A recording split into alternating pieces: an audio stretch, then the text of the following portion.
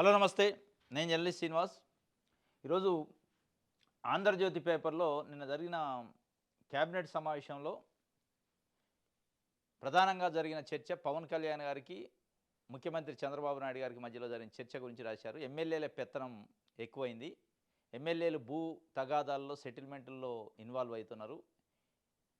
మనం ఇక్కడ కూర్చొని పొలిటికల్ గవర్నెన్సీ, రియల్ టైమ్ గవర్నెన్సీ, గుడ్ గవర్నెన్సీ అని మాటలు చెప్తున్నాం. కానీ క్షేత్రస్థాయిలో ప్రజల్లో వ్యతిరేకత ఉందని, ఒక రకంగా పాలన పైన, ప్రభుత్వం వ్యవహారం పైన, ప్రభుత్వంలో జరుగుతున్న దానిపైన అసంతృప్తి వ్యక్తం చేసిండు.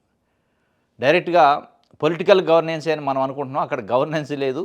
ప్రజల్లో వ్యతిరేకత స్టార్ట్ అయింది మన వల్ల, మన పార్టీల ఎమ్మెల్యేల వల్ల అని చెప్పి ఆయన సూటిగా అడిగాడు. ఇదే పవన్ కళ్యాణ్ గడిచిన క్యాబినెట్ సమావేశంలో కూడా లూలు కంపెనీకి భూముల కేటాయింపు పైన సూటిగా ప్రశ్నించిండు ప్రభుత్వాన్ని. అంతకుముందు వంగలపూడి అనిత హోంమంత్రి గారి పనితీరు పైన సూటిగా ఆమెని కార్నర్ చేసి మాట్లాడిండు. ఇట్లా ప్రభుత్వంలో స్వపక్షంలో ప్రతిపక్షం లెక్క వాస్తవంగా క్యాబినెట్ సమావేశం జరిగితే, ముఖ్యంగా చంద్రబాబు నాయుడు గారికి సంబంధించి రీజనల్ పార్టీల ముఖ్యమంత్రులకు సంబంధించి క్యాబినెట్ సమావేశం జరిగితే, ఆ క్యాబినెట్ సమావేశంలో ఒక మంత్రి ప్రశ్నించే పరిస్థితి ఉండదు. ముఖ్యమంత్రి ప్రపోజ్ చేసిన అంశాలపైన చర్చించాలి తప్ప, ఇది ఇట్లా అది అట్లా అని ప్రశ్నించి నిలదీసే పరిస్థితి ఉండదు. కానీ చంద్రబాబు నాయుడు గారికి ఆ పరిస్థితి ఎదురైంది.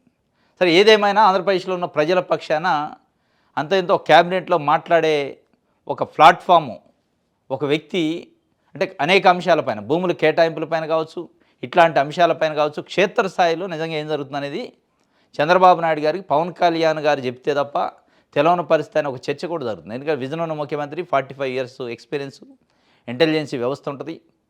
పవన్ కళ్యాణ్ గారు ఒక 2-3 పర్యటనలు చేసి క్షేత్రస్థాయిలో జరుగుతున్న దాన్ని ముఖ్యమంత్రి గారు చేస్తే అప్పుడు ఆయన అలర్ట్ అయ్యి, ఇప్పటికే 48 మెంబర్సు ఎమ్మెల్యేలకు నోటీసులు ఇస్తున్నామని ఈ మధ్య లీకులు ఇచ్చారు. ఇది మొత్తానికి ప్రభుత్వం పైన వ్యతిరేకత ఉందనేది సారాంశం. ఈ ప్రభుత్వం పైన, పరిపాలన పైన ఉన్న వ్యతిరేకతని ఎమ్మెల్యేలకు ఆపాదించి డైవర్షన్ చేసే పాలిటిక్స్ కాకుండా, నిజంగా ఏముంది ప్రభుత్వం పైన, ప్రభుత్వ పనితీరు పైన, అది ఇసుకలో కావచ్చు, లిక్కర్ మాఫియా కావచ్చు, ల్యాండ్ మాఫియా కావచ్చు, ఇట్లాంటి విషయాల్లో ముఖ్యమంత్రి గారు శ్రద్ధ పెట్టి దాన్ని కంట్రోల్ చేసే పరిస్థితి చేయాలి. పవన్ కళ్యాణ్ గారు కూడా ఏదో సమావేశం జరిగినప్పుడు క్యాబినెట్లో ఒక మాటని వదిలేసి దాని గురించి మాట్లాడకుండా ఉండే పరిస్థితి ఉండకుండా, దాని కంటిన్యూషన్ ఒక ప్రాసెస్లో ఇది ప్రభుత్వం పరిపాలన, ఈ పరిపాలన ప్రజలకు అందాలనే అంశం పైన మాట్లాడాలి తప్ప, ఆ రోజు మాట్లాడి దాని తర్వాత వదిలేస్తే ఇది అదే అవుతుంది. అనేక అంశాలపైన అట్లాంటి తిరుపతిలో జరిగిన తొక్కిసలాట కానించి మొదలు పెడితే అనేక అంశాలపైన కామెంట్ చేస్తాడు, వదిలేస్తాడు. ఇది ఎమ్మెల్యేల పెత్తనం పెరిగిపోతుందని చెప్పి వాళ్ళ ప్రభుత్వం పైన వ్యతిరేకతనే ఎమ్మెల్యేల పెత్తనం కింద మలిచే ప్రయత్నం చేసినట్టు ఆంధ్రజ్యోతి రాసిన వార్తను బట్టి అర్థమవుతుంది. ఇది నెక్స్ట్ ఈనాడు పేపర్ చూద్దాం.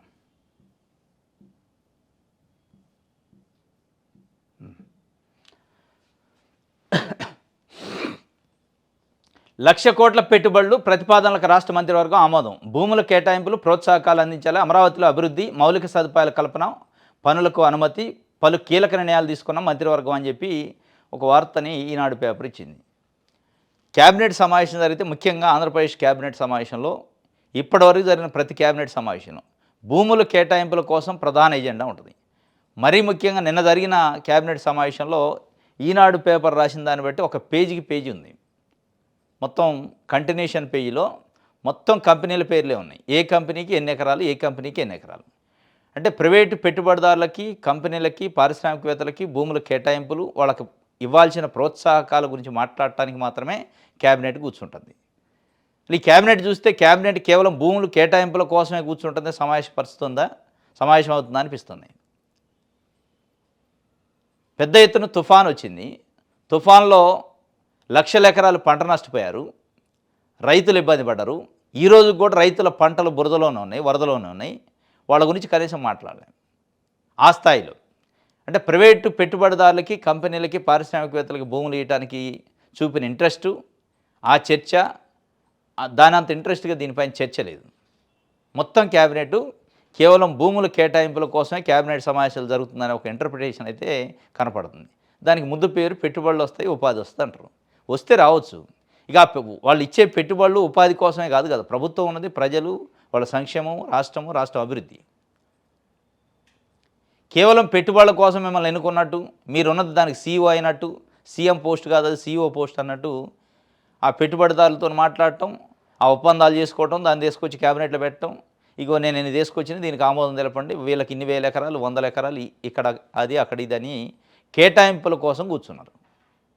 దీనికి సంబంధించి ప్రత్యేకంగా చెప్పారు, భూముల కేటాయింపులు ప్రోత్సాహకాలు అందించాలని క్యాబినెట్ నిర్ణయించిందట. ఇంకోటి, మోంతా తుఫాన్ నష్టం 6,384 కోట్లు, తక్షణ సాయం 901 కోట్లు ఇవ్వండి కేంద్ర బృందానికి నివేదించిన రాష్ట్ర ప్రభుత్వం.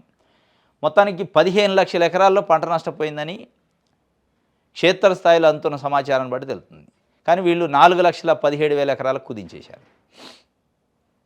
4,17,000 ఎకరాలకు కుదించి అంటే దాదాపు 4వ వంతు 30% చూపించారు అసలు జరిగిన నష్టంలో.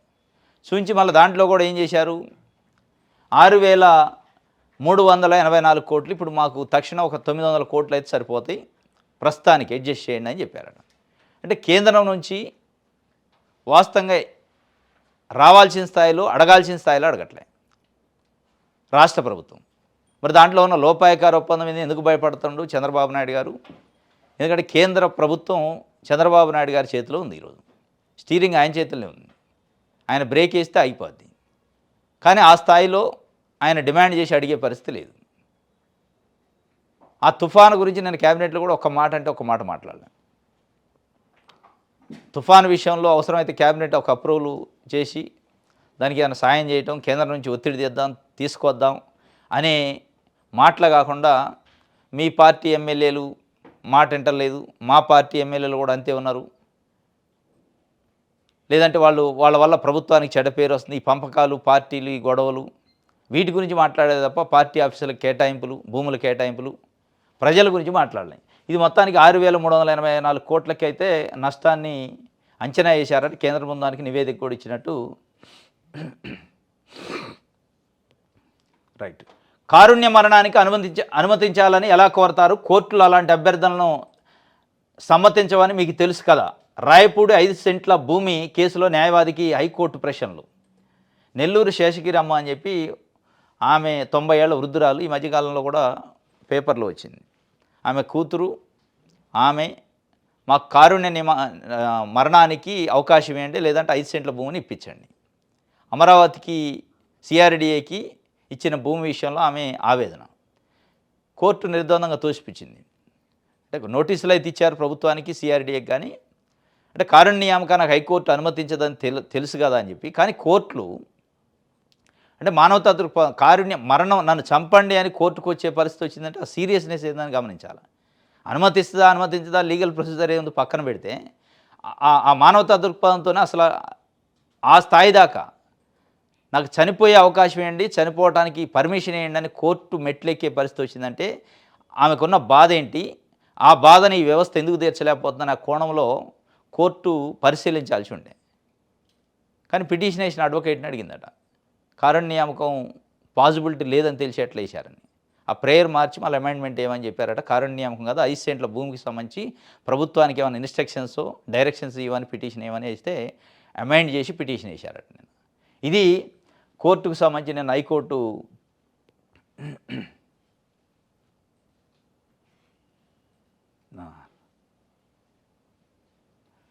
Right Andhraprabha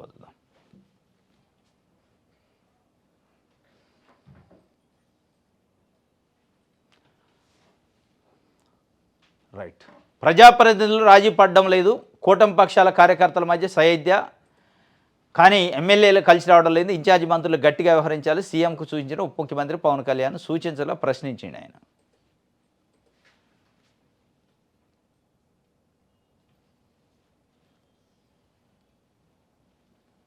right.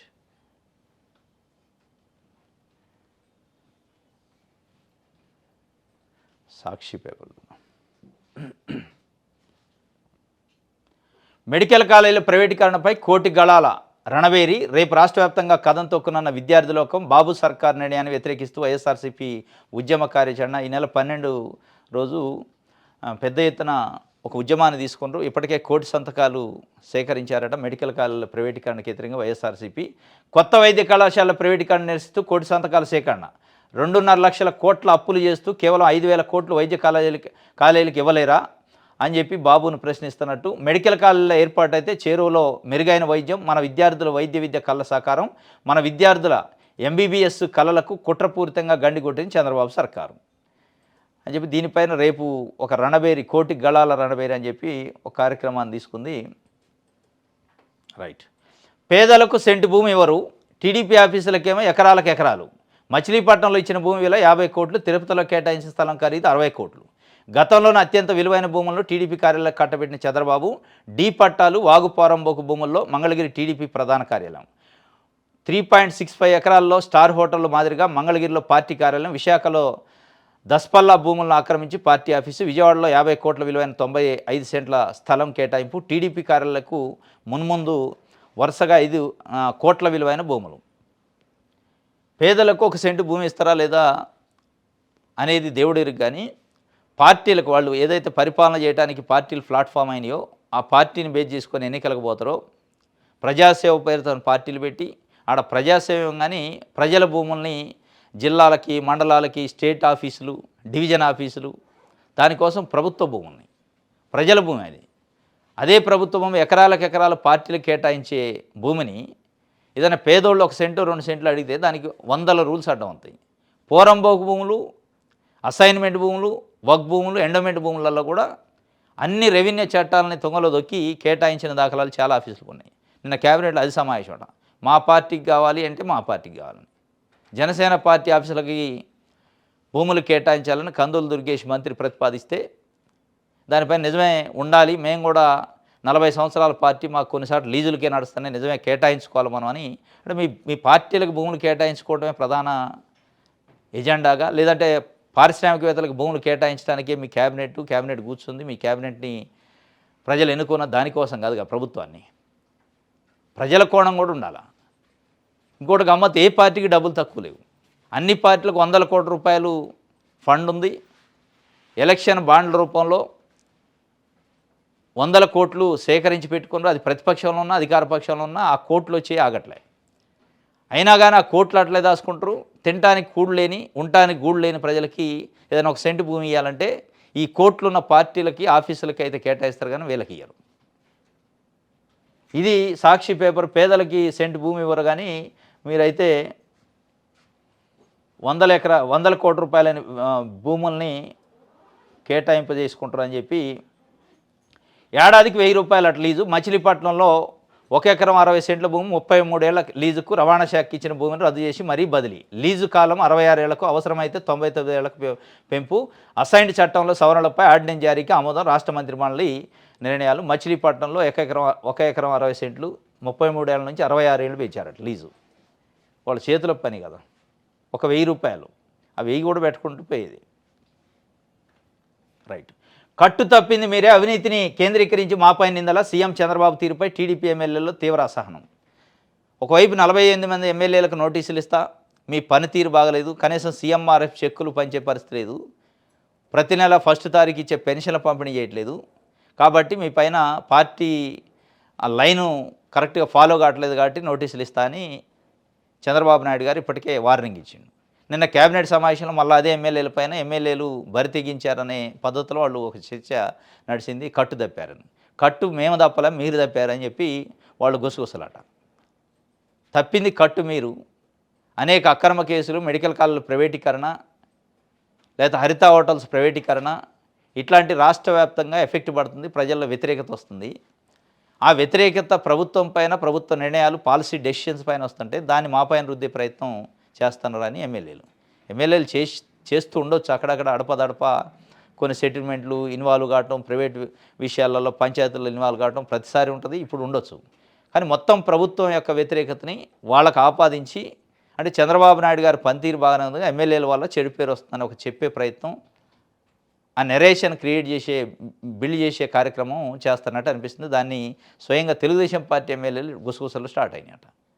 వీళ్ళేంది ఏనా మొత్తం రాష్ట్ర వ్యాప్తంగా వీళ్ళు తీసుకున్న డెసిషన్స్ వల్ల ప్రజల్లో తిరగలేని పరిస్థితి అనుకుంటే, మొత్తం మన్ని నిందల పాలు చేసి మన మీదనే బురద జల్లే ప్రయత్నం చేస్తారనే ఒక కట్టు తప్పింది మీరే కదా, అవినీతిని కేంద్రీకరించి మా పైన ఎట్లా నిందలేస్తారని వాళ్ళు మాట్లాడిన పరిస్థితి. ఇంకోటి, నిందితునికి 10,000 నష్టపరిహారం చెల్లించండి, విజయవాడ సైబర్ క్రైమ్ స్టేషన్ ఎస్హెచ్ఓకు హైకోర్టు ఆదేశించింది.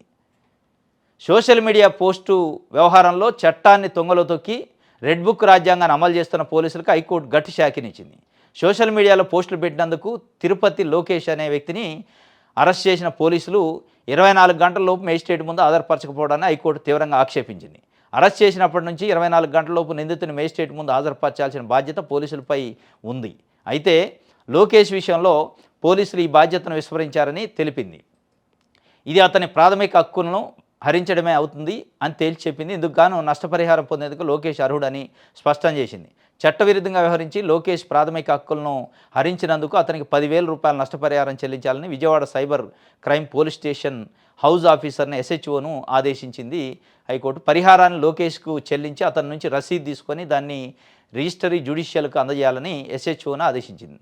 తమ ఆదేశాల మేరకు నష్టపరిహారం చెల్లించారా లేదా అన్న విషయాన్ని తదుపరి విచారణ సమయంలో తమకు తెలియజేయాలని రిజిస్ట్రార్ను హైకోర్టు ఆదేశించింది. హైకోర్టులు ఆంధ్రప్రదేశ్లో స్పెసిఫిక్గా హైకోర్టు ఇప్పటికే మేజిస్ట్రేట్లకి సర్క్యులర్ ఇష్యూ చేసింది, ఎస్హెచ్ఓలకు సర్క్యులర్ ఇష్యూ చేసింది. అంటే మీరు ఇచ్చే రిమాండే అసలు తప్పులు తడగ్గా ఉంటుంది. ఒక ఇంటెన్షన్తో, ఒక మాలిఫైడ్ ఇంటెన్షన్తో మీరు రిమాండ్ చేస్తున్నారు. అసలు బేస్లెస్గా, కనీసం ప్రేమాపైసి ఎవిడెన్స్ లేకుండా, ప్రాథమిక సమాచారం లేకుండా, ప్రాథమికంగా ఇన్ఫర్మేషన్ లేకుండా అరెస్ట్ చేస్తున్నారు. దాన్ని తీసుకొచ్చి మరి రిమాండ్ అని చెప్పి మేజిస్ట్రేట్ ముందు పెడితే గుడ్డిగా మేజిస్ట్రేట్లు కూడా అసలు ఈ రిమాండ్లో ఎంత నిజం ఉంది, ఈ కేసులో ఎంత నిజం ఉందో చూసుకోకుండా 14 రోజులు రిమాండ్ అంటున్నారు. దానిపైన ఇప్పటికీ హైకోర్టు ఉత్తర్వులు ఇచ్చింది. గుడ్డిగా పోలీసులు నమ్మి వాళ్ళ రిమాండ్ మీరు యాక్సెప్ట్ చేయొద్దని చెప్పి. ఇక ఏ స్థాయికి వచ్చిందంటే నిన్న హైకోర్టు ఒక ఎస్హెచ్ఓకి 10,000 రూపాయల ఫైన్ వేసే పరిస్థితికి వచ్చింది, జరిమానా. ఆ ఫైన్ కూడా నష్టపరిహారం రూపంలో ఎవరైతే బాధితుడు ఉండో ఆ లోకేష్ అనే వ్యక్తికి చెల్లించాలి. సోషల్ మీడియా పోస్ట్ పెడితే అరెస్ట్ చేసిందట. అరెస్ట్ చేసి 24 అవర్స్లో మేజిస్ట్రేట్ ముందు ప్రొడ్యూస్ చేయకుండా దగ్గర పెట్టుకొని, అంటే చట్టాన్ని అమలు చేయాల్సిన పోలీసులే చట్టాన్ని అతిక్రమిస్తుంటే కొన్ని విషయాలు బయటకు వస్తున్నాయి. ఇట్లాంటి లోకేషన్లు ఎంతమంది ఉన్నారు రాష్ట్ర వ్యాప్తంగా. చాలామంది పోలీస్ ఆఫీసర్లు 24 గంటలు కాదు, రోజుల తరబడి పోలీస్ స్టేషన్ చుట్టూ తిప్పుతారు, పోలీస్ స్టేషన్లో కూర్చోబెట్టిన దాఖలాలు ఉంటాయి. ఏదైతే బయటకు వచ్చిందో అదే ఇష్యూ అవుతుంది. స్వయంగా హైకోర్టు ఆదేశించింది రిజిస్టరీకి రసీదు ఇవ్వాలన్నది. ఎవరైతే బాధితుడుండో ఆ లోకేష్కి 10,000 రూపాయల పరిహారం ఇచ్చి ఆయన దగ్గర నుంచి అక్నాలజ్మెంట్ తీసుకొని అక్నాలజ్మెంట్ తెచ్చి కోర్టులో సబ్మిట్ చేస్తే రిజిస్టరీకి, ఆ రిజిస్టర్ కూడా మళ్ళీ హైకోర్టుకి ఇన్ఫామ్ చేయాల్సి ఉంటుంది అని అంత స్థాయిలో చెప్పాల్సిన పరిస్థితి వస్తుంది. ఆ స్థాయిలో హైకోర్టు ముట్టకాయలు వేసినప్పటికీ పోలీసులు పరివర్తనలు కానీ వాళ్ళ మార్పు రావట్లేదు. వాళ్ళ యాటిట్యూడ్లో ఎక్కడా కూడా చేంజ్ లేదు. ఆంధ్రప్రదేశ్లో స్పెసిఫిక్ ఇది హాట్ టాపిక్ అయింది. కోర్టులు, జడ్జీలు, ఈవెన్ అడ్వకేట్ల మధ్యలో కూడా చర్చ.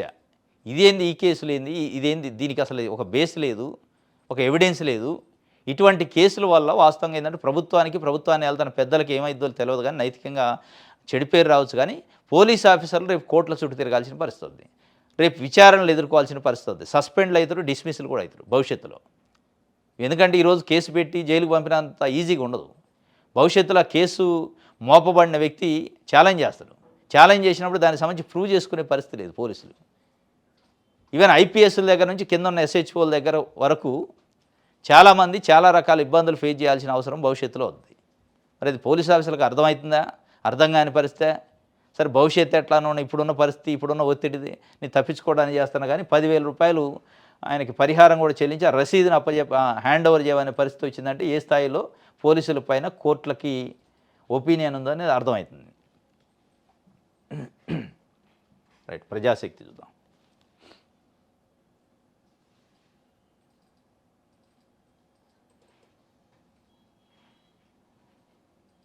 రైట్, అసైన్డ్కు మళ్ళీ సవరణట, ఆర్డినెన్స్ జారీ చేయనున్న ప్రభుత్వం. 99 ఏళ్ల లీజుకు అవకాశం. ఉండవెల్లి వద్ద రెండో పంపింగ్ స్టేషను.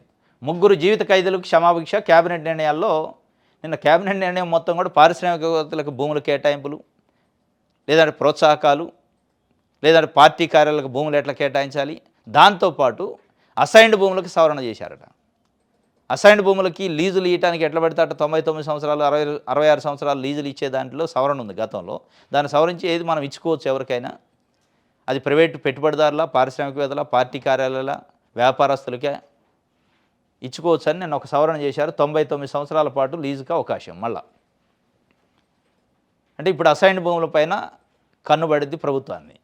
ఏదైనా ఒక పారిశ్రామికవేత్త, వ్యాపారస్తుడు కావాలి అని అడిగితే ఎక్కడ అసైన్డ్ భూములను గుర్తించమని రెవెన్యూ వాళ్ళకి ఇన్స్ట్రక్షన్స్ వెళ్తాయి. వెళ్ళిన వెంటనే ఉంది అని తెలిస్తే గతంలో అసైన్డ్ భూములు ఏదైనా పేదోళ్ళకో, భూమి లేని వాళ్ళకో, ఇల్లు లేని వాళ్ళకో పంచడానికి ఉండేది. ఇక ఒక్కొక్కటి పారిశ్రామికవేత్తలు, వ్యాపారస్తుల చేతిలోకి పోతే 99 సంవత్సరాల బయటికి రావు. ఆ 99ని మళ్ళీ ఎక్స్టెండ్ చేసుకోవడానికి కూడా కోర్టులకు పోయే అవకాశం వాళ్ళకు ఉంది, వెళ్తారు. అంటే ఉన్న ప్రజలకి చెందాల్సిన భూమి, ప్రభుత్వ భూమిని పారిశ్రామికవేత్తలకు, పెత్తందారులకు, పెట్టుబడిదారులకు కట్టబెట్టే కార్యక్రమానికి కూడా నిన్న ఒక అమెండ్మెంట్ చేశారు క్యాబినెట్లో. రైట్, విషయాలు అందరూ చూద్దాం.